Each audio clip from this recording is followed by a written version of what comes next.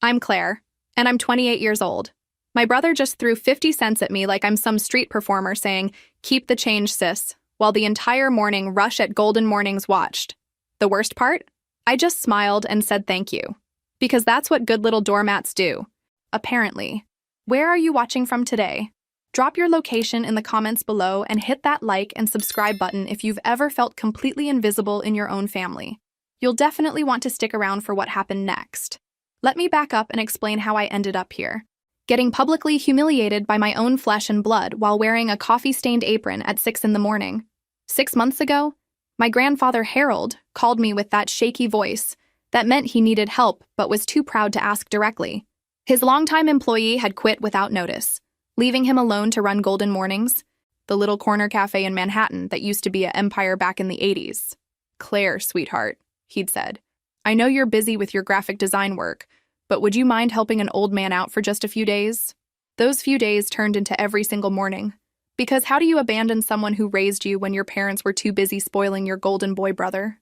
The cafe sat on the corner of 42nd and Lexington, a tiny slice of nostalgia in a city that devoured everything old. Grandpa Harold had opened the first Golden Mornings in 1979, and by 1985 he had 12 locations across New York. Then Grandma Ruth died, and somehow the empire didn't matter anymore. He sold everything except this one cafe, the place where they met, where he proposed, where they spent their happiest years. Every morning at 5:30, I'd unlock those glass doors, flip on the espresso machine, and transform into someone completely different from the confident graphic designer I was by afternoon. Here, I was just Harold's granddaughter, the one who couldn't quite make the coffee as perfectly as Grandma Ruth used to, but tried her best anyway. The regulars knew me now. Mrs. Patterson ordered her decaf with 2 sugars and always asked about my grandfather's health. Detective Morrison grabbed his black coffee and barely grunted a greeting, but he left decent tips. Then there was Bradley, my 32-year-old brother, successful corporate lawyer, owner of a shiny black SUV, and professional creator of my daily humiliation. This morning had started like every other. I'd arranged the pastries in the display case, wiped down tables, and mentally prepared myself for another day of serving coffee to people who actually had their lives figured out. The bell above the door chimed at exactly 7:15, right on schedule. "Well, well," Bradley announced loudly enough for everyone to hear. "Look who's playing waitress again." He wore his power suit like armor, all sharp angles and expensive fabric. His briefcase probably cost more than I made in 2 months of actual paying work. He approached the counter with that smirk I'd grown to hate, the one that said he knew exactly how to push my buttons and planned to do it for sport. "The usual?" I asked, already reaching for a medium coffee cup. "Actually," he said, pulling out his phone and making a show of checking his schedule. "Make it a large today. Got a big client meeting." You know, the kind of thing successful people do. I poured his coffee, added the splash of cream he preferred, and set it on the counter. "That'll be $4.50. Bradley made another show of reaching for his wallet, pulling out a $20 bill, and setting it on the counter. "Keep the change," he said, then paused dramatically. "Oh wait, that's too much for someone in your position." He switched the 20 for a 5, then apparently decided that was still too generous, and finally placed exact change plus 50 cents on the counter. "There we go," he announced. "A tip that matches your skill level." The entire cafe went silent. Mrs. Patterson looked mortified. Detective Morrison actually looked up from his newspaper. Even the college kids cramming for exams stopped typing to witness this family drama unfold. "And me?" I smiled. I actually smiled and said, "Thank you, Bradley. Have a wonderful day." Because confronting him would mean admitting that his words could hurt me. Because making a scene would embarrass Grandpa Harold, who was already struggling with his health and didn't need family drama on top of everything else. Because I'd spent 28 years learning that keeping the peace was more important than standing up for myself. Bradley strutted out, probably feeling very satisfied with himself. The other customers slowly returned to their conversations, pretending they hadn't just witnessed a grown man humiliate his sister for the entertainment value. I continued serving coffee and ringing up pastries like nothing had happened. But something had changed. As I mechanically went through the motions of opening register drawers and steaming milk, I caught my reflection in the stainless steel espresso machine. The woman staring back at me looked tired, defeated, smaller somehow than she should have been. That night, I called my best friend Sarah and told her what happened. "Claire," she said, "you realize this isn't normal, right? Brothers don't treat sisters like hired help." "He's just stressed." I heard myself making excuses. "Big law firm, lots of pressure." "And you're not stressed? You're working 2 jobs, taking care of your grandfather, and getting treated like garbage by your own family. She was right, of course. But acknowledging it meant admitting that the family dynamics I'd accepted my entire life were actually toxic. It meant recognizing that I'd been playing a role that nobody had bothered to ask if I wanted. As I fell asleep that night, I made myself a promise. Tomorrow would be different. Tomorrow I'd find my voice. Little did I know that tomorrow would bring changes I never could have imagined. The next morning started with Grandpa Harold moving slower than usual. I found him in the cafe at 5, an hour before we normally opened, sitting at his favorite corner table with a cup of cold coffee and a faraway look in his eyes. "Grandpa?" I approached carefully. "Everything okay?" He looked up, and for a moment, he seemed confused about where he was. Then recognition flickered back. "Claire, sweetheart. Just thinking about your grandmother." I sat across from him, noting how his hand shook slightly as he lifted the coffee cup. "Tell me about her." His face lit up the way it always did when he talked about Grandma Ruth. "She made the best coffee you ever tasted. Not just because she knew the perfect water temperature or had the right grind, but because she put love into every cup. People came here not just for caffeine, but for that feeling of being cared for." He gestured around the small cafe with its mismatched chairs and faded photographs. "This place was our dream, Claire. We were going to have the finest coffee shop chain in New York. Ruth had all these ideas about seasonal menus and community events. She wanted to create gathering places where people felt like family. You did create that," I said softly. "Look around. Mrs. Patterson comes here because it feels like home. Detective Morrison trusts you with his morning routine. You built something beautiful." "We built something beautiful," he corrected. "But after Ruth died, I couldn't see the point in expanding anymore. The other locations felt hollow without her there to bring them to life." The bell chimed as our first customer of the day entered. Mrs. Patterson, right on schedule at 6:30, wearing her usual purple coat and carrying the romance novel she never seemed to finish. "Good morning, dear ones," she called out, settling into her regular table by the window. "Harold, you're here early today." "Couldn't sleep," Grandpa Harold replied, slowly standing to help me behind the counter. "Claire's got everything under control, though." As I prepared Mrs. Patterson's decaf with 2 sugars, I watched my grandfather move around the familiar space. Every gesture was deliberate, practiced, like a choreographed dance he'd performed thousands of times. He knew exactly where every cup, every spoon, every napkin belonged. "You know," he said quietly as he wiped down the counter, "your brother stopped by yesterday afternoon." My hand stilled on the espresso machine. "Bradley was here?" "Mm-hmm." Seemed very interested in the business. Asked a lot of questions about profits, property values, that sort of thing. A cold feeling settled in my stomach. "What kind of questions?" "Oh, lawyer things. Wanting to know about insurance policies, whether I had debt, how much the building was worth." Grandpa Harold's voice was casual, but I detected something underneath. Said he was worried about my financial security in retirement. The bell chimed again, and Detective Morrison entered, bringing his usual cloud of intensity and the faint smell of cigarettes. He nodded at me, glanced at Grandpa Harold with what might have been concern, and settled at the counter. "Black coffee, Detective?" I asked. "Thanks, kid." He pulled out a crumpled dollar bill and some change. "Your grandfather feeling all right? He looks tired." I glanced at Grandpa Harold, who was slowly arranging pastries in the display case. "Just one of those days, I think." Detective Morrison studied me with the sharp attention that probably made criminals nervous. "Family business can be complicated. You watch out for yourself, all right?" The cryptic comment left me uneasy. Detective Morrison had been coming here for 3 years, and he'd never offered personal advice before. What had he observed that I'd missed? The morning rush proceeded normally, but I found myself watching Grandpa Harold more carefully. He moved deliberately, pausing frequently to catch his breath. When he thought no one was looking, he pressed his hand to his chest and closed his eyes briefly. "Grandpa," I said during a lull around 9:30, "maybe you should see Dr. Patterson this week. Just a checkup." "I'm fine." "Sweetheart." But his voice lacked conviction. "Just getting old, that's all." By noon, the cafe was empty except for a college student typing furiously on her laptop, and a businessman conducting a heated phone conversation in the corner. Grandpa Harold sat heavily in his chair, and I noticed he'd barely touched the sandwich I'd made him for lunch. "I think I'll head home for a nap," he said. "Can you handle the afternoon alone?" This was unusual. Grandpa Harold never left before closing time, even on slow days. "Of course. Take care of yourself." As he gathered his coat and hat, he turned back to me. "Claire, I want you to know how much it means to me that you're here. Your help, your company, the way you care about this place. It means everything." The earnestness in his voice caught me off guard. Grandpa, you know I love being here.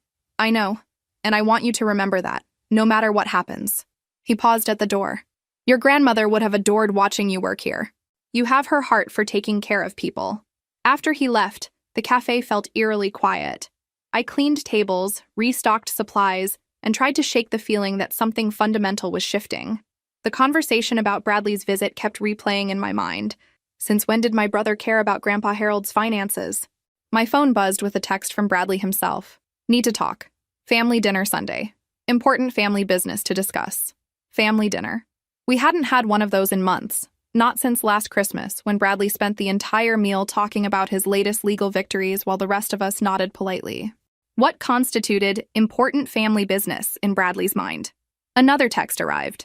Bring Mom's lasagna recipe, the one Grandpa likes. Even in his text messages, Bradley managed to make demands. But the mention of Grandpa Harold's favorite dish made my stomach twist with anxiety. What exactly was Bradley planning? The afternoon passed slowly. I served a handful of customers, balanced the register, and cleaned the espresso machine with extra care. As closing time approached, I found myself reluctant to leave. This little cafe had become my refuge, the one place where I felt competent and needed. Locking up that evening, I stood on the sidewalk and looked back at golden mornings through the large front windows. The warm light inside made it look inviting, cozy, like a place where good things happened. I had no way of knowing that within a week, everything would change forever. But somewhere in the back of my mind, a small voice whispered that I should memorize this moment, this feeling of belonging somewhere, because nothing this good ever lasted in my family. Sunday dinner at my parents' house felt like walking into an ambush. Mom had set the dining room table with her good china, the kind that only came out for special occasions or when Bradley needed to make an impression. Dad sat at the head of the table wearing his uncomfortable, serious conversation expression, and Bradley lounged in his chair like he owned the place. Claire, darling, Mom said, taking the lasagna I'd brought, you look tired. Are you sleeping enough? Translation: you look terrible. And we're all going to pretend it's concern rather than judgment. I'm fine, Mom, just busy with work. I settled into my usual seat, directly across from Bradley, who was scrolling through his phone like this family gathering was interrupting more important business. Speaking of work, Bradley said without looking up, how's the coffee shop thing going? It's going well. Grandpa Harold seems to enjoy having the company. Bradley finally put down his phone and fixed me with that calculating look I'd learned to dread. And he's paying you for this daily help, right? The question hung in the air like a loaded weapon. It's not about money, Bradley. He's family. Family who owns valuable real estate in Manhattan, Bradley replied smoothly. Property that's going to need proper management as he gets older. Dad cleared his throat. That's actually what we wanted to discuss with you, Claire. Your grandfather's future care. Mom returned from the kitchen and began serving the lasagna, her movements sharp and efficient. We're worried about him living alone at his age. And this business of running a cafe every day, it's too much for an 82-year-old man. He loves that cafe, I protested. It's where he and Grandma Ruth were happiest. Yes, we know the story. Bradley waved dismissively. But sentiment doesn't pay for medical bills or assisted living facilities. The conversation was moving in a direction that made my skin crawl. What exactly are you suggesting? Bradley leaned forward, suddenly animated. I've done some research. That corner property is worth at least $2 million, maybe more with the right development. Grandpa could sell the building, retire comfortably, and move somewhere more appropriate for his age and health needs. Somewhere more appropriate? I set down my fork with more force than necessary.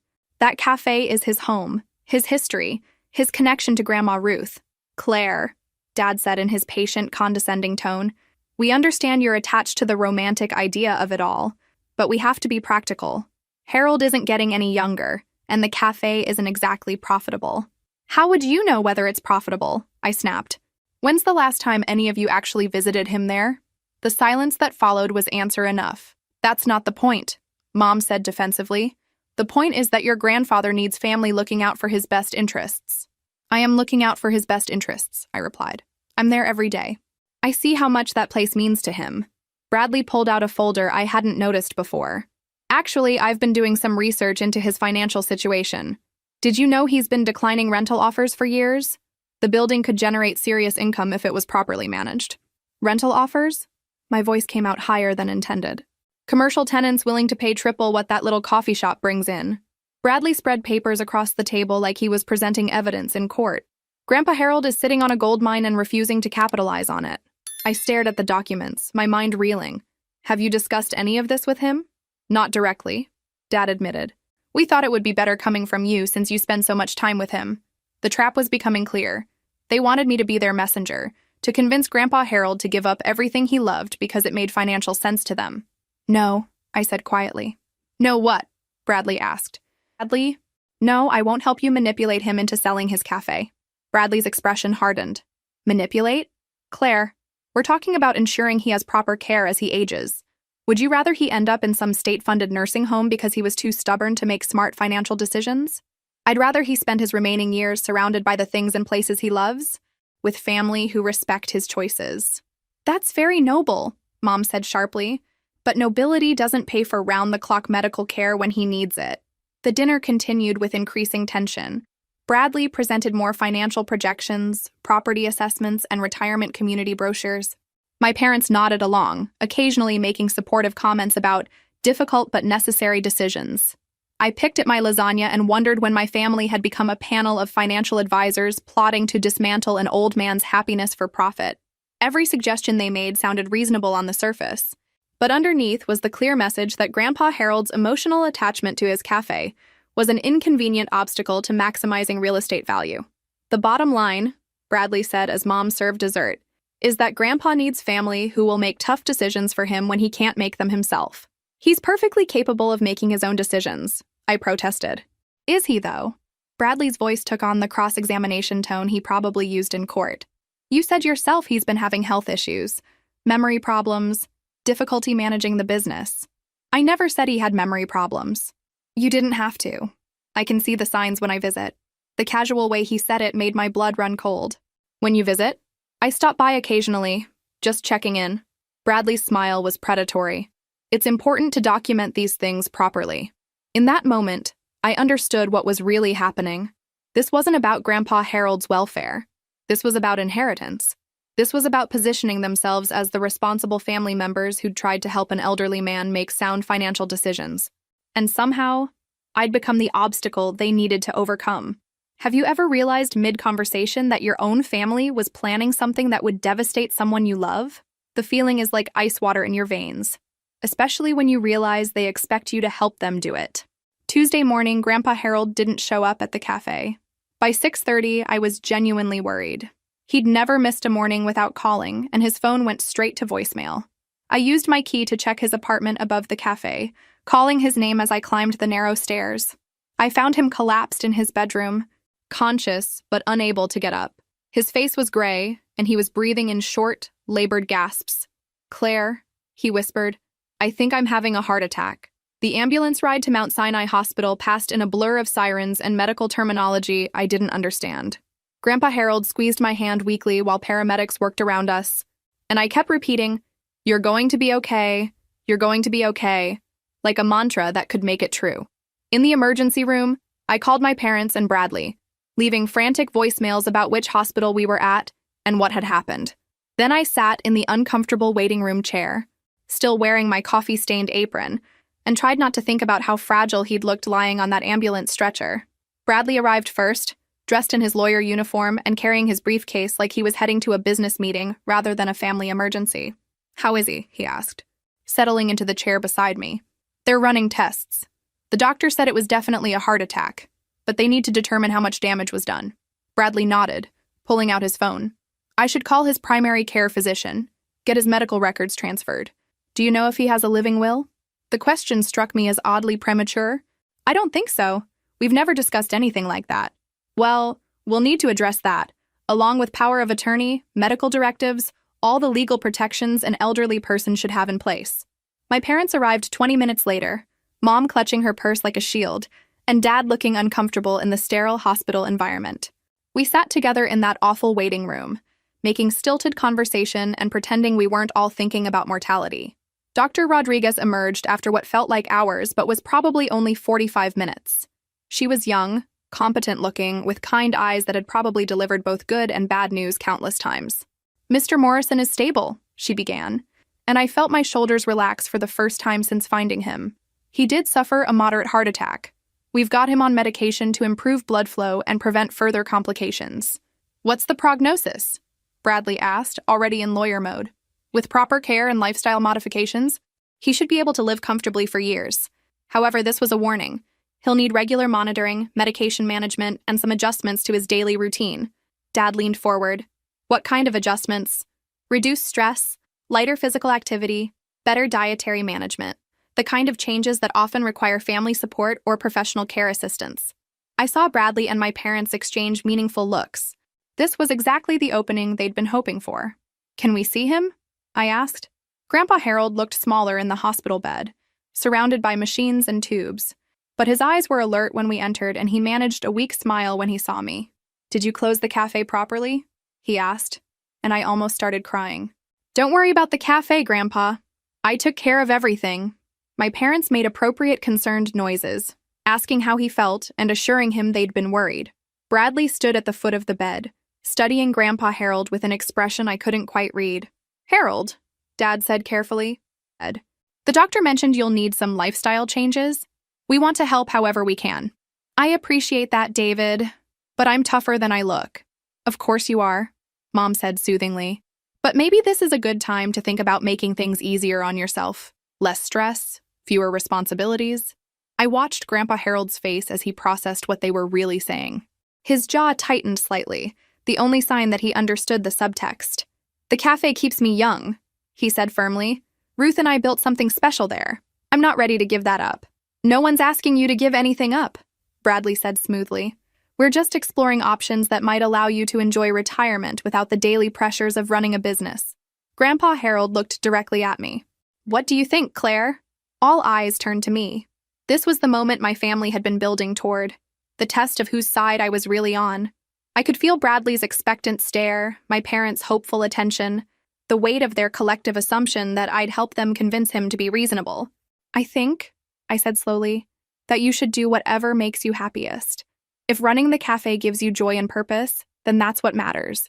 The disappointment on my family's faces was immediate and obvious. Bradley's expression hardened. Mom looked like I'd personally betrayed her. Claire, Dad said in his warning tone, I don't think you're considering all the factors here. I'm considering the only factor that matters, I replied. Grandpa Harold's wishes. Grandpa Harold squeezed my hand. Thank you, sweetheart. The tension in the room was thick enough to cut. My family spent another 10 minutes making polite conversation, but the underlying message was clear. I had chosen the wrong side, and there would be consequences. As we prepared to leave, Bradley lingered by Grandpa Harold's bedside. I hope you'll think about what we discussed, Harold. Family just wants what's best for you. I know you do, son, and I appreciate your concern. But I heard something in Grandpa Harold's voice that made me pause. It wasn't gratitude or agreement. It was the careful politeness of someone who'd recognized a threat and was buying time to figure out how to respond. Walking to the parking garage, Bradley caught up with me while our parents went ahead. That was a mistake, Claire, he said quietly. What was a mistake? Encouraging him to keep that cafe. You're enabling a fantasy that could end up hurting him. I'm supporting his right to make his own decisions. Bradley stopped walking. His own decisions? Claire, he just had a heart attack. He can barely manage his medication, let alone run a business. And you're feeding into his delusions because it makes you feel needed. The accusation hit like a slap. That's not what this is about. Isn't it? You've been playing house at that cafe for months, pretending you're helping him when really you're just avoiding your own life. Now you're so invested in this little fantasy that you can't see what's best for him. And what's best for him is selling everything he loves so you can get your hands on the inheritance. Bradley's face went cold. Careful, Claire. You're starting to sound paranoid. But the look in his eyes told me everything I needed to know. This wasn't paranoia. This was strategy. And somehow I'd just made myself an enemy. Grandpa Harold came home from the hospital 3 days later, armed with a pharmacy's worth of medications and a list of restrictions that would have discouraged a less determined man. He was supposed to avoid stress, limit physical activity, and attend regular cardiology appointments. What he actually did was unlock golden mornings at 5:30 a.m. sharp and start brewing coffee like nothing had happened. Grandpa, I protested, finding him behind the counter adjusting the espresso machine settings. You're supposed to be taking it easy. This is taking it easy, he replied with a stubbornness I'd inherited. I'm sitting down more, see? He gestured to the stool he'd placed behind the register. Doctor's orders followed. The compromise we reached was that I'd handle all the physical tasks, lifting, bending, anything that required exertion, while he supervised and handled the register. It wasn't ideal, but it kept him engaged in the work he loved while protecting his recovering heart. What I didn't expect was how this new arrangement would affect our morning conversations. "Claire," he said during a quiet moment between customers, "I've been thinking about what your family said at the hospital." My stomach tightened. What about it? They're not wrong about the practical concerns. This place is a lot of work, and I'm not getting any younger. He paused, studying my face. But there are things they don't understand about this building, about what your grandmother and I built here. What do you mean? Grandpa Harold glanced around the cafe, making sure we were alone, then pulled out a manila envelope from under the register. Your grandmother was brilliant with money, Claire. Much better than anyone gave her credit for. While I was focused on making great coffee, she was making great investments. He opened the envelope and showed me documents I'd never seen before. Property deeds, investment statements, bank records dating back decades. The Golden Mornings franchise wasn't just profitable, it was extraordinarily profitable. When we sold the other locations, Ruth insisted we keep the proceeds in long-term investments rather than spending them. She said we were building something for the future. I stared at the numbers on the investment statements. "Grandpa, these amounts are much larger than anyone realizes," he finished.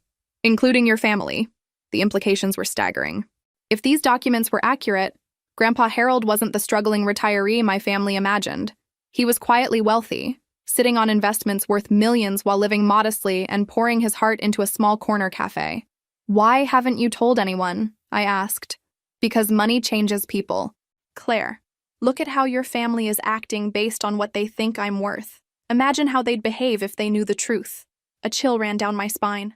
"What do you mean?" "Your brother has been asking very specific questions about my finances. Your parents keep bringing up elder care facilities and suggesting I need professional money management.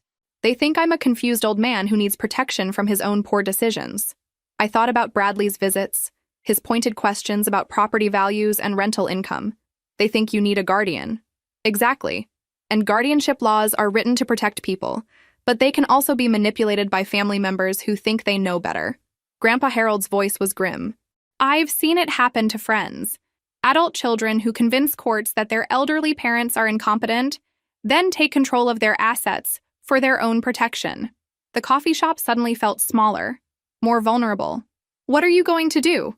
"I'm going to make sure my wishes are protected, no matter what happens to me." He returned the documents to the envelope. "And I'm going to trust the one person in this family who's never asked me for anything." Before I could respond, the bell chimed and Detective Morrison entered for his usual black coffee. But instead of his typical grunt greeting, he approached the counter with purpose. "Harold," he said, "good to see you back on your feet. How are you feeling?" "Better every day, thanks for asking." Detective Morrison glanced at me, then back at Grandpa Harold. "Mind if I have a word? Privately?" They moved to the far corner table, speaking in voices too low for me to hear. I tried to focus on cleaning the espresso machine, but their body language was serious, urgent. Detective Morrison was taking notes in a small notebook, and Grandpa Harold was speaking with the kind of intensity usually reserved for important conversations. After 10 minutes, they shook hands, and Detective Morrison approached the counter to pay for his coffee. "Everything okay?" I asked. "Just catching up with an old friend," he replied, but his eyes held a warning. "You take care of yourself, Claire, and keep your eyes open." After he left, Grandpa Harold returned to his stool behind the register. He looked tired but determined. "What was that about?" I asked. "Insurance," he said simply. "The kind that protects against more than fire and theft."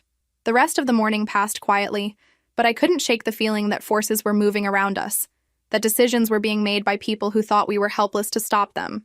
During the lunch lull, Grandpa Harold pulled out a business card and handed it to me. "I need you to call this attorney and make an appointment for next week. Tell him Harold Morrison referred you and that it's urgent." I looked at the card.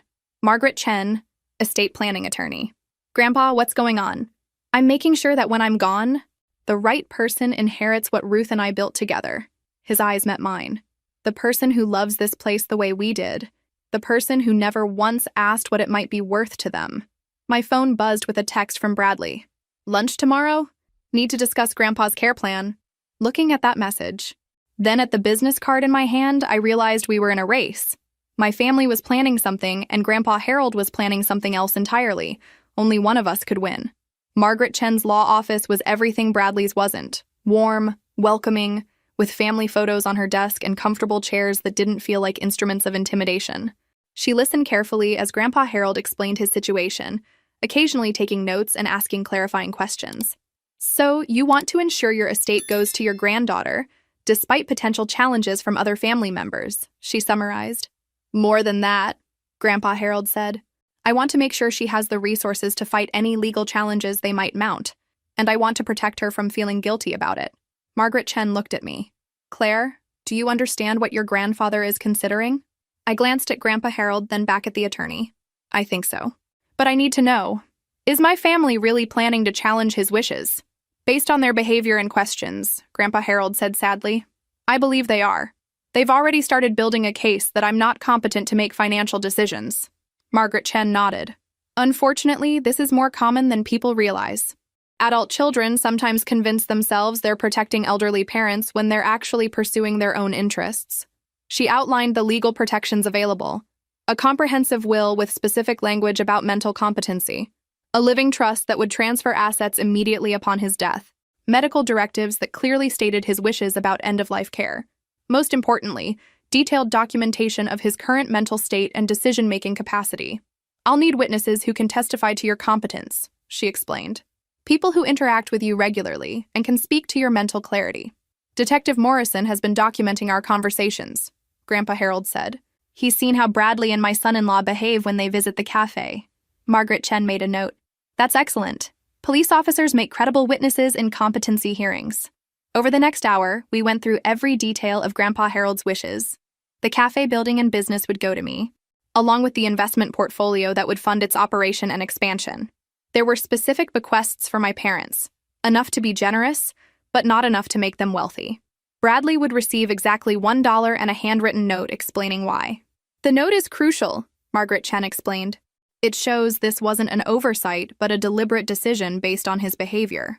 As we prepared to leave, she handed me a thick folder. "These are copies of everything. Keep them somewhere safe, somewhere your family can't access them. And Claire?" She looked at me seriously. "Be prepared for this to get ugly. When people discover they're not inheriting what they expected, they can become very creative about challenging wills." The drive back to the cafe was quiet. I could see Grandpa Harold was exhausted by the emotional weight of planning for his own death. "Do you think I'm being unfair?" he asked as I parked behind the building. "I think you're being realistic," I replied. "They've shown you exactly who they are. It breaks my heart, you know. I love your parents, and despite everything, I love Bradley too. But love doesn't mean enabling behavior that would destroy everything Ruth and I worked for." That evening, I called the attorney Margaret Chen had recommended for me personally, someone who could represent my interests if the family challenged the will. The conversation was sobering. "Estate contests can drag on for years," he warned. "They're expensive, emotionally draining, and they often tear families apart permanently. Are you prepared for that possibility?" I thought about Bradley's condescending smirks, my parents' dismissive attitude toward Grandpa Harold's wishes, the way they'd all assumed I'd help them manipulate him. "I'm prepared to honor my grandfather's wishes," I said. My phone rang as soon as I hung up.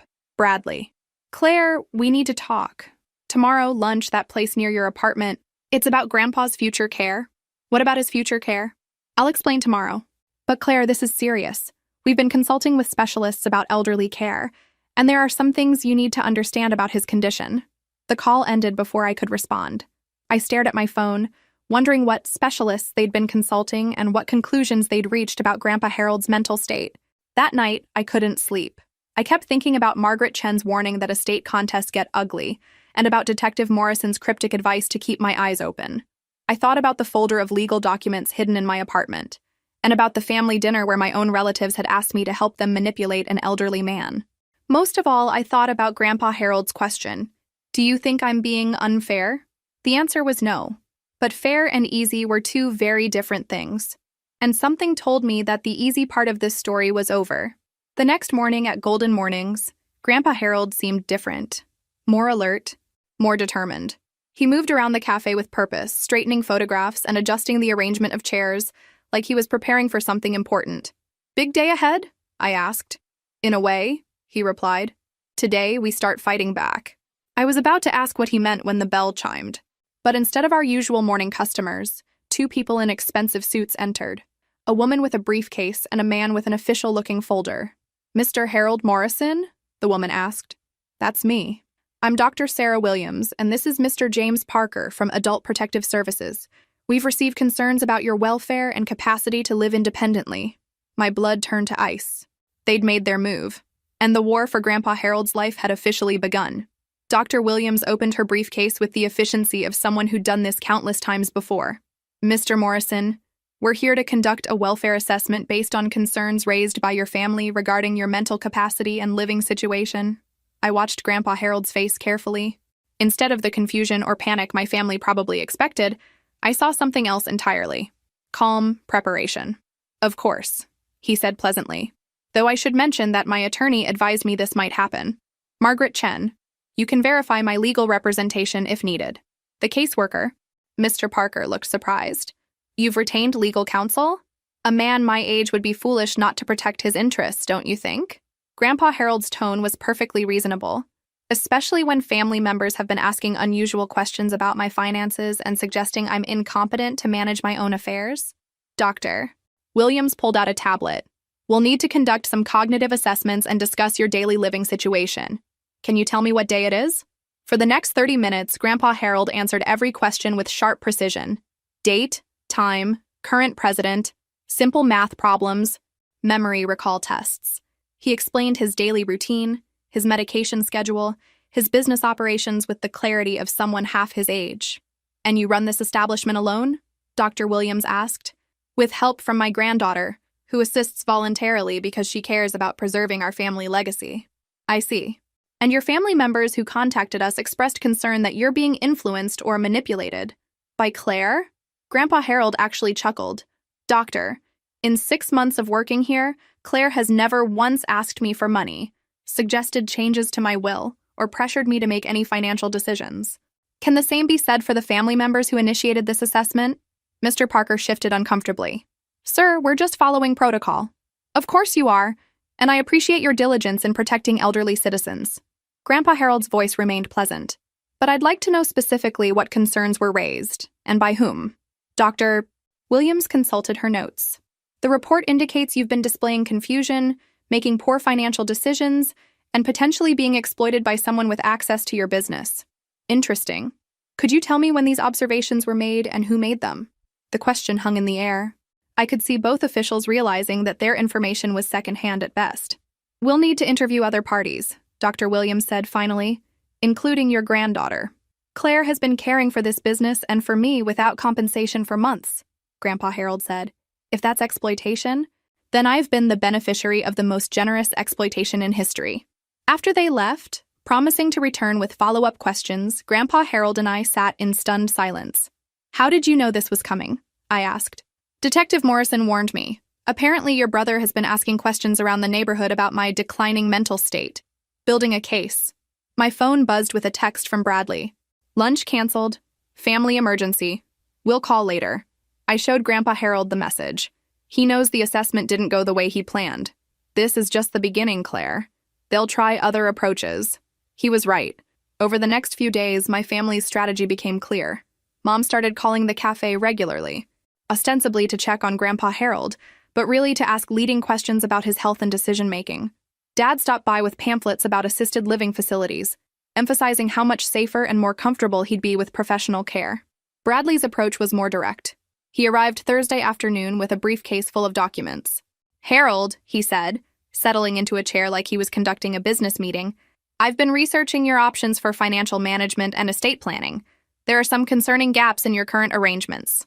Grandpa Harold looked up from the coffee he was brewing. "What kind of gaps?" "Well, for instance, you don't have a power of attorney designated. If something happens to you medically, no one has legal authority to manage your affairs." "I see. And you're volunteering for this responsibility?" "I think it makes sense for someone with legal expertise to handle these matters. I've drafted some documents that would give me limited power of attorney, just for financial and medical decisions if you become incapacitated." I watched this exchange with growing horror. Bradley was trying to get Grandpa Harold to sign away his autonomy voluntarily. "That's very thoughtful," Grandpa Harold said mildly. "But I should probably have my own attorney review any legal documents before signing them. Margaret Chen is very thorough about these things." Bradley's jaw tightened almost imperceptibly. Of course, though I should mention that Margaret Chen isn't really an expert in elder law. You might want someone with more specialized experience. Funny thing about that, Grandpa Harold replied, still focused on the coffee machine. Margaret Chen has been practicing elder law for 15 years. Won numerous cases protecting elderly clients from family exploitation. I did my research quite thoroughly. The temperature in the cafe seemed to drop 10 degrees. Bradley realized he'd underestimated his opponent. Harold, I hope you're not being influenced by people who might not have your best interests at heart. You mean like family members who want me to sign legal documents giving them control over my assets? Grandpa Harold turned around, and his expression was no longer mild. Bradley, I've known you since you were 5 years old. I watched you grow up, supported your education, celebrated your successes. But what you're trying to do now isn't love, it's greed.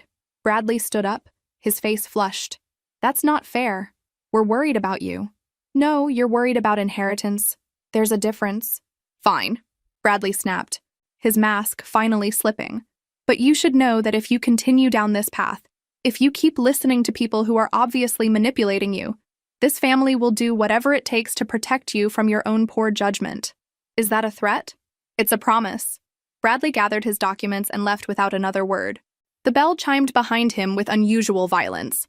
Well, Grandpa Harold said, returning to his coffee preparation, now we know where we stand. That evening, Margaret Chen called with an update. I've received notice that your family has petitioned for a competency hearing. They're claiming you're being financially exploited and need a court-appointed guardian. My stomach dropped. When? 2 weeks. But Claire, I need you to understand something. This kind of legal action often succeeds, even when the elderly person is completely competent. Judges err on the side of caution when family members express concern. What does that mean? It means we need to be prepared for the possibility that your grandfather could lose legal control over his own life. What do you think will happen next? Can an elderly man fight his own family's attempt to control him? Or will love and manipulation win over justice? Drop your predictions in the comments below. The competency hearing was scheduled for a Tuesday morning in family court, in a sterile room that smelled of industrial cleaner and broken dreams. Grandpa Harold sat beside Margaret Chen at the defendant's table, and yes, that's what it felt like. A trial where loving your granddaughter and wanting to control your own life had become crimes. Across the aisle, Bradley sat with his hired attorney, a sharp-looking woman named Patricia Hawthorne who specialized in elder law. Behind them, my parents looked uncomfortable but determined, like people who'd convinced themselves they were doing the right thing even as it felt completely wrong. Judge Morrison, no relation to Detective Morrison, unfortunately was a tired-looking man in his 60s who'd probably seen every variation of family greed disguised as concern. This is a petition for guardianship of Harold Morrison, he began, filed by family members expressing concern for his mental capacity and susceptibility to financial exploitation. Ms. Hawthorne stood first. Your Honor, the petitioners love Mr. Morrison dearly, but they've observed concerning changes in his behavior and judgment.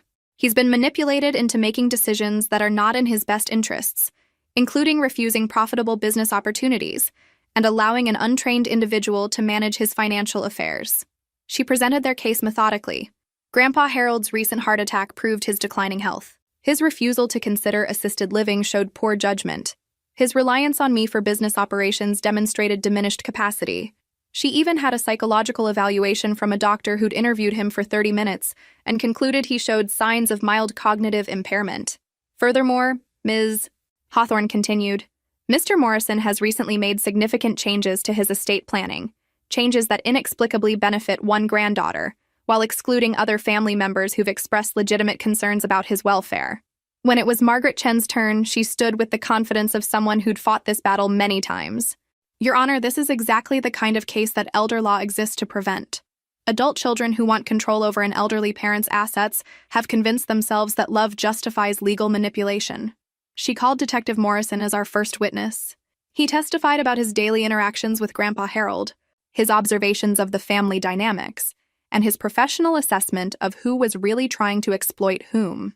In my experience, Detective Morrison said, people who are genuinely concerned about an elderly person's welfare don't start by trying to gain legal control over their assets. They start by spending time with them, understanding their wishes, and supporting their autonomy. Dr. Williams from Adult Protective Services testified next, and her assessment was devastating to my family's case. Mr. Morrison displayed complete mental clarity during our evaluation. His answers were precise, his reasoning was sound, and his understanding of his situation was remarkably sophisticated. I found no evidence of cognitive impairment or susceptibility to manipulation. But the most powerful testimony came from Mrs. Patterson, our regular customer who'd been coming to Golden Mornings for 3 years. "Harold is sharp as a tack," she said firmly. "He remembers my coffee order, asks about my grandchildren by name, and gives the most sensible advice about everything from finances to relationships. Meanwhile, his son and grandson treat him like he's a confused old man who can't tie his own shoes. It's shameful." When Grandpa Harold took the stand, he was magnificent. "Your Honor," he said, "I've been managing my own affairs for 82 years. I built a successful business, raised a family, and accumulated assets through careful planning and hard work. The only thing that's changed is that some family members have realized I might leave my money to someone who actually loves me, rather than someone who sees me as a retirement plan." Judge Morrison leaned forward.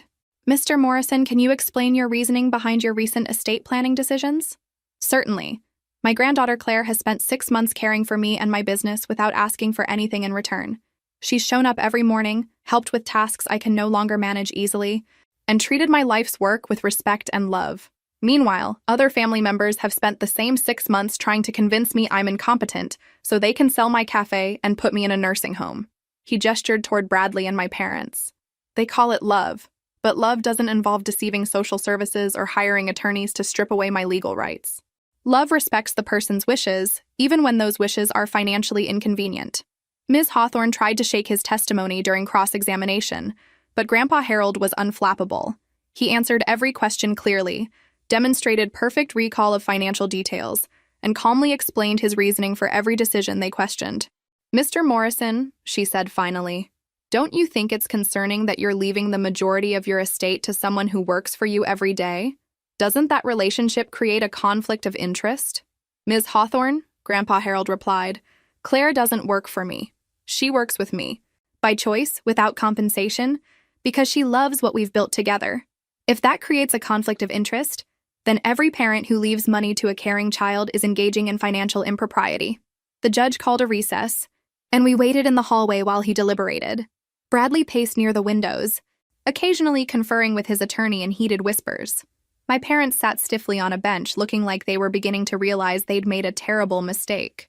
"How do you think it went?" I asked Margaret Chen. "Better than expected," she replied. "Judge Morrison seemed skeptical of their claims from the beginning. But you never know how these things will turn out." When we returned to the courtroom, Judge Morrison's expression was stern. "After reviewing all testimony and evidence, this court finds no basis for the appointment of a guardian for Harold Morrison. Mr. Morrison demonstrated complete mental competency and sound reasoning for his decisions. This petition appears to be motivated more by family members' financial expectations than by genuine concern for Mr. Morrison's welfare." The relief was overwhelming. Grandpa Harold squeezed my hand, and I saw tears in his eyes. "Furthermore," Judge Morrison continued, "this court is concerned by the apparent coordination between family members to present Mr. Morrison as incompetent when evidence suggests the opposite.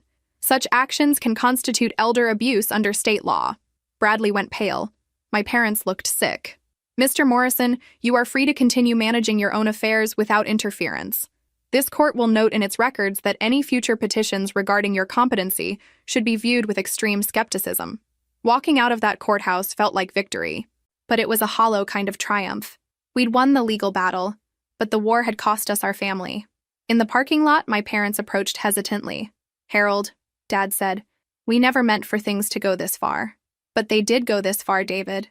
You tried to have me declared incompetent because you didn't like my decisions about my own life." Mom was crying. "We were worried about you." "No, you were worried about inheritance. There's a difference." Bradley stood apart from his parents, his face a mask of cold fury. He'd lost more than a legal case. He'd lost his expected future financial security. "This isn't over," he said quietly as he passed us. "Yes, it is," Grandpa Harold replied. "For you, it's completely over." That evening, back at Golden Mornings, Grandpa Harold and I sat in our favorite corner booth, sharing a piece of apple pie and trying to process what had happened. "Do you regret it?" I asked. "Losing your family over this?" "Claire, I didn't lose my family. I discovered I never really had the family I thought I did." He paused, stirring his coffee thoughtfully. "But I still have you, and that's enough. I didn't know it then, but that would be our last quiet evening together. 3 weeks after the court hearing, Grandpa Harold didn't wake up. I found him peaceful in his bed, his medication bottles neatly arranged on the nightstand, a letter with my name on it placed prominently on his dresser. The doctor said his heart simply gave out during sleep, the kindest possible ending for someone who'd fought so hard to live on his own terms. But kindness and grief don't cancel each other out. I sat in that apartment above the cafe where he'd spent his final years and cried for everything we'd lost and everything we'd never have. His letter was brief but clear. Claire, by the time you read this, the second phase of this battle will be beginning. My will is ironclad, but that won't stop them from trying. Use the resources I've left you to fight them properly. The cafe is yours, but more importantly, the freedom to choose your own life is yours. Don't let anyone take that away from you. Love, Grandpa Harold. The funeral was a tense affair. My family attended, of course, but they sat in the back of the small chapel while I sat in the front row with Mrs. Patterson, Detective Morrison, and the other people who'd actually known and loved Harold Morrison. The pastor spoke about a man who'd built something beautiful with his wife and had the courage to protect it even from his own family. Bradley and my parents didn't speak to me during the service, but I felt their eyes on my back throughout the entire ceremony. They were planning something. I could sense the wheels turning as they calculated their next move. The will reading was scheduled for the following week. Margaret Chen had insisted on conducting it in her office rather than somewhere my family might feel more comfortable mounting challenges. When Tuesday arrived, we gathered in her conference room like opposing armies preparing for battle. Margaret Chen opened the proceedings with professional formality. We're here for the reading of Harold Morrison's last will and testament, properly witnessed and notarized. She began with the smaller bequests. $10,000 each to Mrs. Patterson and Detective Morrison for their friendship and loyalty. $50,000 each to my parents, in recognition of their role in raising Claire to be the kind of person who deserves this inheritance. Then came Bradley's bequest. To my grandson Bradley Morrison, I leave the sum of $1 and this message. You had every opportunity to earn my respect and my trust. Instead, you chose greed over love, manipulation over honesty. I hope someday you understand the difference. Bradley's face turned red, then white, then red again. This is insane. He was clearly not competent when he wrote this. Mr. Morrison, Margaret Chen said calmly, we literally just had a court hearing that established your grandfather's complete mental competency. Would you like to challenge a legal determination made 3 weeks ago? She continued reading. The cafe building, the business, and the investment portfolio worth approximately $6 million would go to me, along with the family home by the lake that everyone thought had been sold years ago.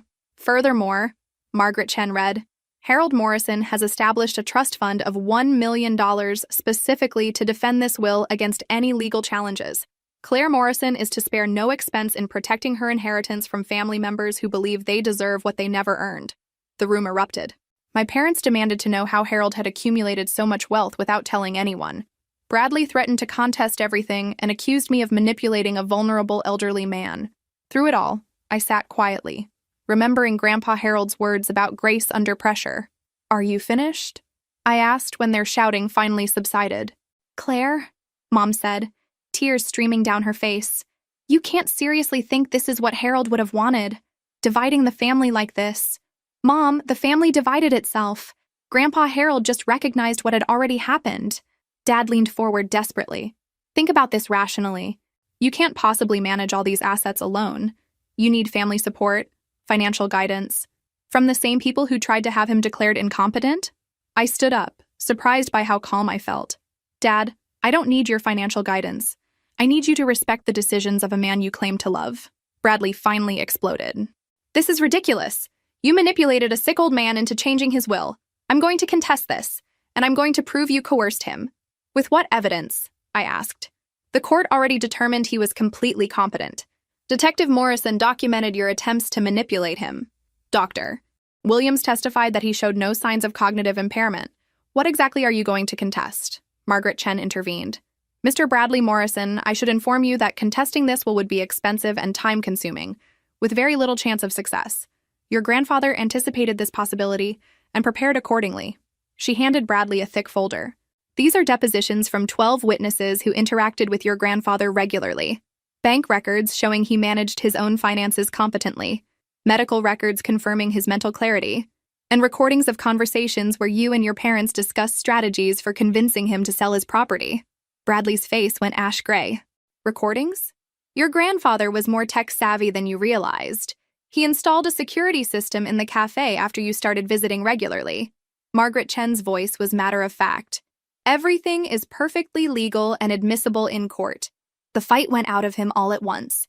My parents looked devastated, not just by the money they'd lost, but by the realization that their own words had been captured, that their private conversations revealed motivations they'd tried to hide even from themselves. Why? Mom whispered. Why would he do this to us? He didn't do anything to you, I replied quietly. He made choices about his own life and his own money. The fact that those choices don't benefit you doesn't make them wrong. As my family filed out of the conference room, defeated and bitter, I felt something unexpected. Not triumph, but sadness. This victory had cost me the illusion that we were a loving family who would support each other through difficult times. But it had also given me something invaluable: the freedom to build the life I wanted, surrounded by people who valued me for who I was rather than what I could provide them. Margaret Chen handed me the keys to everything Grandpa Harold had built. What will you do first? I thought about the plans I'd secretly been making, the dreams I'd been afraid to voice while my family treated me like their personal servant. I'm going to build something beautiful, I said. Something that would make both my grandparents proud. And for the first time in my life, I had the resources to make that happen. 6 months after inheriting Grandpa Harold's empire, I'd learned that having money doesn't automatically solve problems, it just creates better quality problems to solve. Like discovering that the small corner cafe actually came with commercial real estate worth $4 million. Or realizing that the investment portfolio included shares in companies I'd never heard of, but apparently owned significant pieces of. The biggest surprise came when I explored the lake house that everyone thought had been sold. It wasn't just a house. It was a compound. Grandpa Harold and Grandma Ruth had quietly assembled 23 acres of lakefront property, complete with the original farmhouse, a guest cottage, and enough land for the expansion plans I found in Ruth's careful handwriting. She wanted to create a retreat center, Margaret Chen explained, showing me the detailed business plans Ruth had drawn up in the 1980s. A place where families could reconnect, where people could learn traditional skills like cooking and gardening.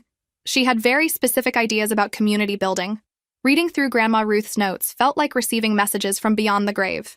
She'd envisioned exactly what I was planning to do with the Golden Mornings brand: create spaces where people felt valued, supported, and genuinely cared for. The modernized cafe had reopened 3 months ago, and the changes were dramatic. I'd kept everything that made it special: the corner where Grandpa Harold and Grandma Ruth had their first date, the mismatched chairs that felt like home, the warmth that made strangers into regulars. But I'd also added professional-grade equipment, expanded the menu to include Ruth's original recipes, and created an atmosphere that felt both nostalgic and fresh. The Instagram account I'd started as an experiment now had 40,000 followers who came for the coffee but stayed for the stories. I shared Grandpa Harold's wisdom, Ruth's recipes, and the daily adventures of rebuilding something beautiful. The response was overwhelming. People wanted what we were offering, that sense of belonging in an increasingly disconnected world. But the most satisfying change was the most subtle one. Instead of hiding behind the counter feeling ashamed of my work, I moved through the cafe with confidence. I knew every customer's name, their favorite orders, their family situations. I'd hired 2 part-time employees who understood that this wasn't just a job, but a mission to create genuine community. Claire, Sarah Martinez, my new assistant manager, approached with the kind of expression that meant either very good news or very bad news. "There's someone here to see you. Says he's your brother." Through the front windows, I could see Bradley pacing on the sidewalk. He'd lost weight, and his usually perfect appearance was slightly disheveled. The expensive suit was still there, but it hung differently, like it belonged to someone who'd lost more than money. "Send him in," I said. Bradley entered Golden Mornings looking like a man visiting a foreign country where he didn't speak the language. He glanced around at the bustling cafe, the laughing customers, the obvious prosperity, with an expression I couldn't quite read. "Claire," he said, approaching the counter, "you look successful." "I am successful," I replied evenly. "What can I do for you, Bradley?" He shifted uncomfortably. "I was hoping we could talk, privately." I gestured toward the corner booth where Grandpa Harold and I used to share our evening conversations. Bradley slid into the seat across from me, and for a moment, he looked like the older brother who'd once helped me with homework and taught me to ride a bike. "I made mistakes," he said without preamble. "Big ones. And I've had 6 months to think about them. Go on. The law firm let me go. Apparently, trying to manipulate elderly relatives into signing over financial control doesn't reflect well on one's professional ethics. His laugh was bitter. Who knew? I waited for the rest of it. Lisa left me too, took half of everything in the divorce and made it clear that she couldn't respect someone who'd stooped to trying to steal from his own grandfather. Bradley ran his hands through his hair. She was right. About all of it. What do you want from me, Bradley? I don't know, he said honestly. Forgiveness, maybe? A chance to be part of your life again? I know I don't deserve it, but what? But I miss you. I miss having a sister. I miss being part of a family that isn't completely dysfunctional. He looked around the cafe again. You built something amazing here, Claire. Grandpa Harold would be so proud. The admission caught me off guard. For 6 months, I'd imagined this confrontation as either hostile or manipulative. I hadn't expected raw honesty. You tried to have our grandfather declared incompetent, I said quietly. You conspired with our parents to manipulate him into giving up everything he loved. You treated me like hired help for years, and then acted shocked when he left me his money instead of you. I know. All of that is true, and all of it was wrong. Bradley's voice was steady. I can't undo any of it, but I can acknowledge it and try to be different going forward. Why should I believe that you've changed? Because losing everything teaches you what actually matters. I had money, status, a successful career, and a beautiful wife. But none of it was built on anything real. When it all fell apart, I realized I'd been chasing the wrong things my entire life. He paused, watching a young couple sharing a piece of pie at a nearby table. What you have here, what Grandpa Harold had with Grandma Ruth, what you're building, this is real. This matters. I was too stupid and greedy to see it before. I studied my brother's face, looking for signs of manipulation or hidden agenda. But all I saw was exhaustion and genuine regret. What are you doing now? I asked. Working at a small firm in Queens. Personal injury cases mostly. The pay is terrible, but the work feels more honest than what I was doing before. He smiled ruefully. I'm learning that there's dignity in serving people who actually need help, rather than people who want to exploit their relatives. We sat in silence for a few minutes, watching the cafe operate around us. Mrs. Patterson waved from her usual table. Detective Morrison nodded as he left with his afternoon coffee. Sarah handled the register with easy competence while chatting with customers like old friends. I don't know if we can go back to being brother and sister, I said finally. Too much has happened. I understand. But maybe we can figure out how to be something new. Something based on who we are now, rather than who we used to be. Bradley's eyes filled with tears. I'd like that. It won't be easy, and it won't be fast. You'll have to prove that you've actually changed, not just say it. I will, however long it takes. I pulled out my phone and showed him the Instagram account that had become such a surprising success. See this? 40,000 people following the story of Golden Mornings. They're not just customers, they're a community. They come here because they want to be part of something real, something that values people over profit. Bradley scrolled through the posts, reading comments from followers who shared their own stories of family conflict and reconciliation. This is incredible. Claire, you're helping people. That's the point. Grandpa Harold and Grandma Ruth didn't just build a business, they built a place where people mattered. I'm trying to honor that legacy while making it my own. How can I be part of that? If you'll let me. I thought about Grandpa Harold's letter, about grace under pressure and choosing love over bitterness. Start by visiting Mom and Dad.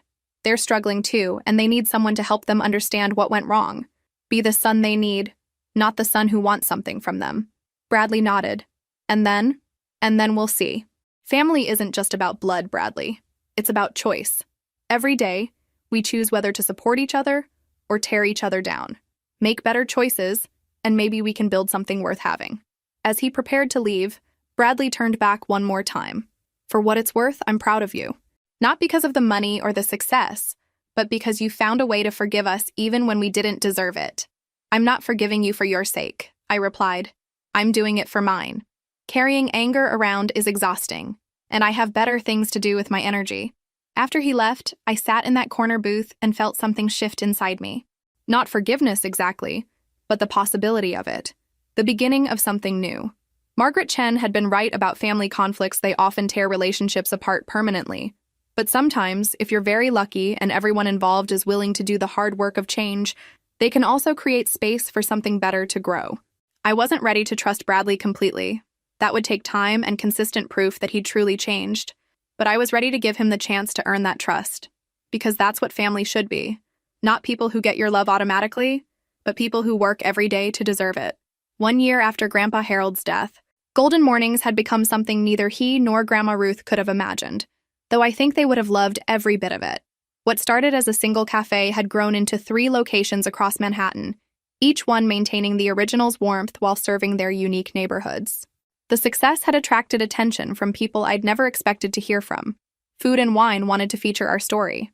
The Today Show had called about highlighting the woman who turned family tragedy into community triumph. Business journals were asking how I'd built such a loyal following so quickly.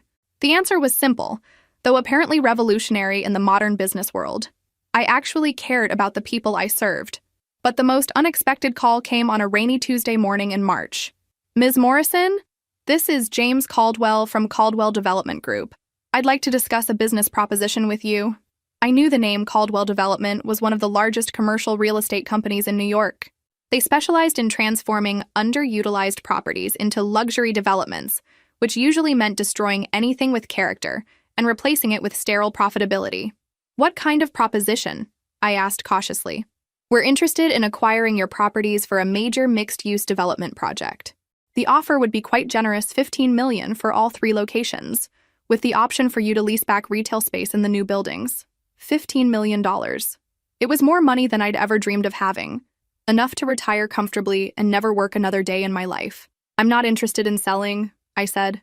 Ms. Morrison, I don't think you understand the scope of what we're offering. This would be life-changing money. Mr. Caldwell, my life has already been changed, thank you. These cafes aren't just businesses to me, they're community spaces, places where people gather, connect, and feel valued. I'm not interested in turning them into luxury condos. There was a pause. Perhaps we could meet in person. I think once you see our development plans, you'd understand the opportunity we're presenting. Something in his tone made me wary. I'll consider it. But I should tell you up front that I'm not likely to change my mind. Everyone has a price, Ms. Morrison. Let me show you what yours might be. The meeting was scheduled for the following Friday at Caldwell Development's offices in Midtown. I brought Margaret Chen along, partly for legal protection, and partly because she'd become expert at spotting manipulation disguised as business opportunities. James Caldwell was exactly what I'd expected. Expensive suit, practiced smile, the kind of confidence that came from never having to consider other people's feelings when making decisions. His conference room overlooked Central Park, with floor-to-ceiling windows that made visitors feel small and insignificant.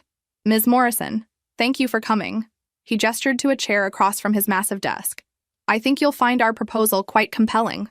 He spread architectural renderings across the table, showing sleek glass towers where my cafes currently stood. We're planning a comprehensive redevelopment of 3 city blocks. Luxury residences, high-end retail, office space for tech companies. It would bring significant economic development to those neighborhoods. And displace all the existing businesses and residents, I observed. That's the nature of progress, I'm afraid. But we're prepared to offer you $15 million cash, closing in 30 days. You could open Golden Mornings anywhere you wanted. I studied the renderings more carefully. Where exactly would the existing residents go when you tear down their apartment buildings? Caldwell waved dismissively. Relocation assistance is provided, of course. Most find suitable housing in other areas. Other areas meaning less expensive neighborhoods farther from their jobs, schools, and support systems. Ms. Morrison, you can't stop development in Manhattan. These properties will be redeveloped eventually, with or without your cooperation. The question is whether you profit from that inevitability or get swept aside by it. Margaret Chen leaned forward. Mr. Caldwell, what happens if Ms. Morrison doesn't sell? His smile became less warm. Well, that would be unfortunate. These projects require full block acquisition to be economically viable. If one property owner holds out, sometimes other financial pressures can help them see reason. What kind of financial pressures? I asked. Property taxes can be reassessed. Building inspections can become more frequent. Permits for renovations can face unexpected delays. His tone remained pleasant, but the threat was unmistakable. Mr. Caldwell, I said, standing up, are you threatening me? I'm simply explaining how city bureaucracy works when development projects of this magnitude are involved. Margaret Chen gathered the renderings and handed them back to him. Mr. Caldwell, I think this meeting is over. Ms. Morrison, Caldwell called as we reached the door. You're making a mistake. $24 million is my final offer. I turned back. You just increased your offer by $9 million in the span of 30 seconds. That tells me 2 things. First, that my properties are worth far more than you initially offered. And second, that you need them desperately enough to pay whatever it takes. Everyone has a price, he repeated. You're right, I agreed. But mine isn't money. My price is preserving something that matters more than profit. And that's not for sale at any amount. The harassment started within a week. Building inspectors appeared unannounced, citing violations that hadn't existed the day before. The health department found issues with equipment that had passed inspection just months earlier. Permit applications for minor renovations disappeared into bureaucratic black holes. But James Caldwell had made a crucial mistake. He'd assumed I was alone in this fight. Detective Morrison, now retired, helped me document the pattern of suspicious inspections. Mrs. Patterson, whose husband had been a city councilman, introduced me to local politicians who were tired of developers bulldozing neighborhood character. The Golden Mornings community, both customers and social media followers, rallied with the kind of grassroots support that money can't buy. The turning point came when a local television reporter picked up the story. Family business versus big development, David and Goliath in Manhattan made for compelling viewing, especially when they interviewed longtime neighborhood residents who'd been displaced by similar projects. What makes Golden Mornings special isn't just the coffee, Mrs. Patterson told the camera. It's that Claire Morrison treats every customer like family. That's something you can't replicate in a glass tower. The segment went viral. Your Save Golden Mornings started trending on social media. Food bloggers and neighborhood advocates shared stories about the importance of locally owned businesses in maintaining community character. But the most unexpected support came from an unlikely source. Claire? Bradley's voice on the phone sounded excited. Are you watching the news? Which news? Channel 7, turn it on right now. The reporter was interviewing James Caldwell outside his office building, and he looked decidedly less confident than he had in our meeting. Mr. Caldwell, how do you respond to allegations that your company has been using city bureaucracy to pressure small business owners into selling their properties? Those allegations are completely unfounded, Caldwell replied, but his voice lacked conviction. We have documentation showing a pattern of unusual inspection activity focused specifically on properties targeted for your development projects. Care to comment? The interview continued, with Caldwell becoming increasingly defensive as reporters presented evidence of his company's intimidation tactics. By the end of the segment, it was clear that Caldwell Development was facing the kind of public relations nightmare that made investors nervous. How did they get all that documentation? I asked Bradley. Funny thing about having connections in the legal community, he said with satisfaction. When you know which forms to file and which offices to contact, public records become very accessible. You helped with this? I told you I wanted to make better choices. Helping my sister fight off corporate bullies seemed like a good place to start. 2 weeks later, James Caldwell called again. This time, his tone was considerably different. Ms. Morrison, I think there's been a misunderstanding about our development plans. We'd like to revise our proposal to include preserving the existing Golden Mornings locations as anchor tenants in our new buildings. With full ownership retained by me, well, we'd structure it as a long-term lease arrangement. Mr. Caldwell, let me save you some time. The answer is no. Not $15 million, not $24 million, not any amount of money. These cafes serve their communities, and their communities have made it very clear they want us to stay exactly where we are. You're making a serious mistake, he said, but the fight had gone out of his voice. No, Mr. Caldwell, I'm making a choice. And for the first time in my life, I have the resources and the support to make choices based on my values rather than my fears. After he hung up, I sat in the original Golden Mornings and looked around at the bustling afternoon crowd. Mrs. Patterson was at her usual table, reading and occasionally chatting with other regulars. A group of college students occupied the corner booth, studying together. A young mother with a toddler was enjoying a quiet moment, while her child played with the wooden toys I'd set out for families. This was what Grandpa Harold and Grandma Ruth had envisioned. A place where community happened naturally, where people felt valued and connected. No amount of money could replace what we'd built here. My phone buzzed with a text from Sarah. The afternoon rush is about to start at location 2. Want me to handle it, or are you coming over? I smiled, grabbed my keys, and headed out to help serve coffee to people who'd become family. Because that's what we did at Golden Mornings. We showed up for each other, we chose community over profit, and we proved every day that some things really aren't for sale. Outside, I could see construction crews working on yet another luxury development project down the street. In a few months, it would house wealthy tenants who'd probably never speak to their neighbors or learn their doorman's name, but Golden Mornings would still be here, still serving coffee with love, still creating the kind of connections that make a city feel like home. and that was worth more than all of James Caldwell's money combined. 5 years after inheriting a small corner cafe, I stood in the kitchen of the Golden Mornings flagship location, watching my team prepare for our busiest day of the year. It was the 5th anniversary of Grandpa Harold's death, and we'd planned a celebration of his life and legacy that had grown far beyond anything I'd originally imagined. The cafe now anchored a small empire of community-focused businesses. Golden Mornings had 7 locations across 3 boroughs, each one adapted to serve its unique neighborhood while maintaining the warmth and authenticity that had made the original special. We'd also launched a coffee roasting operation, a line of Ruth's original baked goods sold in local grocery stores, and a nonprofit foundation that helped other family businesses resist corporate buyouts. But the most meaningful expansion was the retreat center at the lake house, where we offered workshops on everything from traditional cooking to small business development. Grandma Ruth's vision of creating gathering places where people could reconnect had become reality in ways she never could have imagined. Claire? Sarah approached with a tablet full of the day's logistics. She'd become my business partner 2 years ago, bringing organizational skills and marketing savvy that complemented my focus on community building. The reporter from the Times is here early, and there's a line around the block for the memorial service. Through the front windows, I could see exactly what she meant. Hundreds of people filled the sidewalk, many carrying flowers or handwritten notes. Regular customers mixed with neighborhood advocates, food bloggers, and city officials who'd come to pay their respects to a man they'd never met, but whose impact they'd witnessed. The memorial service was scheduled for 2 o'clock, but we'd been serving coffee and sharing Harold stories since dawn. Mrs. Patterson, now 86 and still reading romance novels in her corner table, had appointed herself unofficial greeter, hugging strangers and explaining Harold's philosophy to anyone who'd listen. He believed that serving people coffee was really about serving their souls, she told a young reporter who was frantically taking notes. Claire learned that from him, and now she's teaching it to everyone else. Detective Morrison, despite being officially retired, had organized security with the precision of someone who'd spent decades protecting people who mattered. Not that we need much security, he'd told me earlier.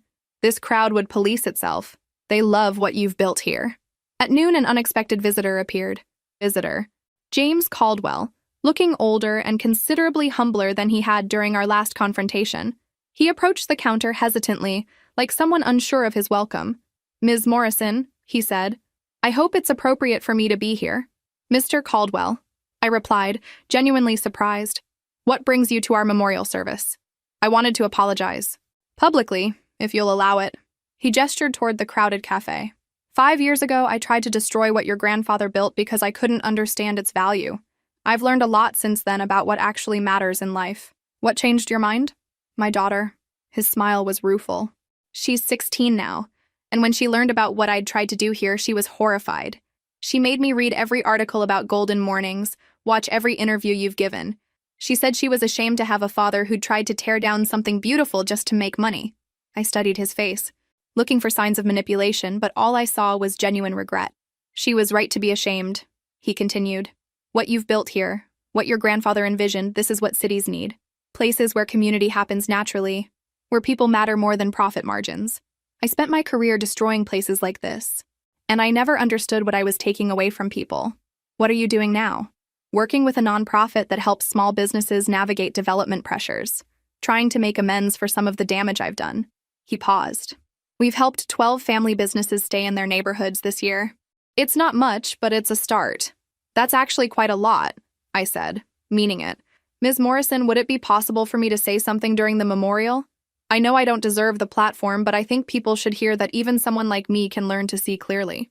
At 2 o'clock, we moved the service outside to accommodate the crowd. I'd prepared remarks about Grandpa Harold's legacy, but as I looked out at the sea of faces, customers who'd become friends, neighbors who'd become advocates, strangers who'd become believers in what we were doing, I set aside my notes and spoke from the heart. Harold Morrison believed that serving coffee was about serving souls, I began. He taught me that every interaction is an opportunity to make someone feel valued. Every customer is a chance to build community, and every day is a gift to create something beautiful. I told stories about his wisdom, his stubbornness, his unwavering belief that people deserve to be treated with dignity, regardless of how much money they had. I talked about how he'd fought for his right to live on his own terms, and how that fight had given me the courage to live on mine. But Harold's greatest gift wasn't the money he left me, I said, looking directly at Bradley and my parents, who'd driven in from Long Island for the service. It was the example he set of choosing love over fear, community over profit, and principles over convenience. When James Caldwell took the microphone, a murmur went through the crowd. Many people recognized him from news coverage of our confrontation 5 years earlier. "I'm probably the last person who should be speaking at Harold Morrison's memorial," he began. "5 years ago, I tried to destroy everything he'd built because I couldn't understand its value. I saw property where he saw home. I saw profit potential where he saw community." He spoke honestly about his attempts to pressure me into selling, about the bureaucratic harassment his company had orchestrated, about the arrogance that had made him believe money could solve every problem and buy every dream. "Harold Morrison and his granddaughter taught me that some things aren't for sale," he concluded. "Not because they don't have value, but because their value can't be measured in dollars. They taught me that the most important question isn't what can I take, but what can I give. I'll spend the rest of my life trying to live up to that lesson." The service continued with music from a local jazz quartet that had been playing at Golden Morning's events since our second anniversary. Customers shared their own Harold stories, talking about advice he'd given, kindnesses he'd shown, the way he'd made them feel welcome in a city that often felt cold and unwelcoming. As the afternoon wound down and the crowd began to disperse, I found myself standing with Bradley in the spot where Grandpa Harold used to sit and watch the world go by. "He would have loved this," Bradley said, gesturing at the lingering groups of people who seemed reluctant to leave, all these people whose lives he touched. "He knew," I replied. "That's why he fought so hard to protect it." Bradley had indeed changed over the past 5 years. He'd rebuilt his career slowly, focusing on legal aid work and pro bono cases that actually helped people. He'd remarried a teacher named Maria who valued kindness over status, and they'd just had their first child, a daughter they'd named Ruth in honor of our great-grandmother. "I have something for you," he said, pulling an envelope from his jacket pocket. "I've been working on this for months." Inside was a legal document establishing the Harold Morrison Foundation for Family Business Preservation, funded by Bradley's contribution of his own savings and designed to help other families facing the kind of pressures we'd experienced. "I can't undo the mistakes I made," he said, "but maybe I can help other families avoid making the same ones." That evening, after the last customer had left and the team had finished cleaning up, I sat alone in the original Golden Mornings with a cup of coffee brewed exactly the way Grandpa Harold had taught me.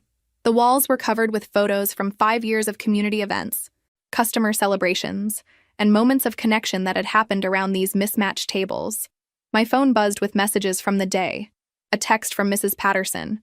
"Harold would be so proud." An email from the Times reporter. "Beautiful service. Story will run Sunday."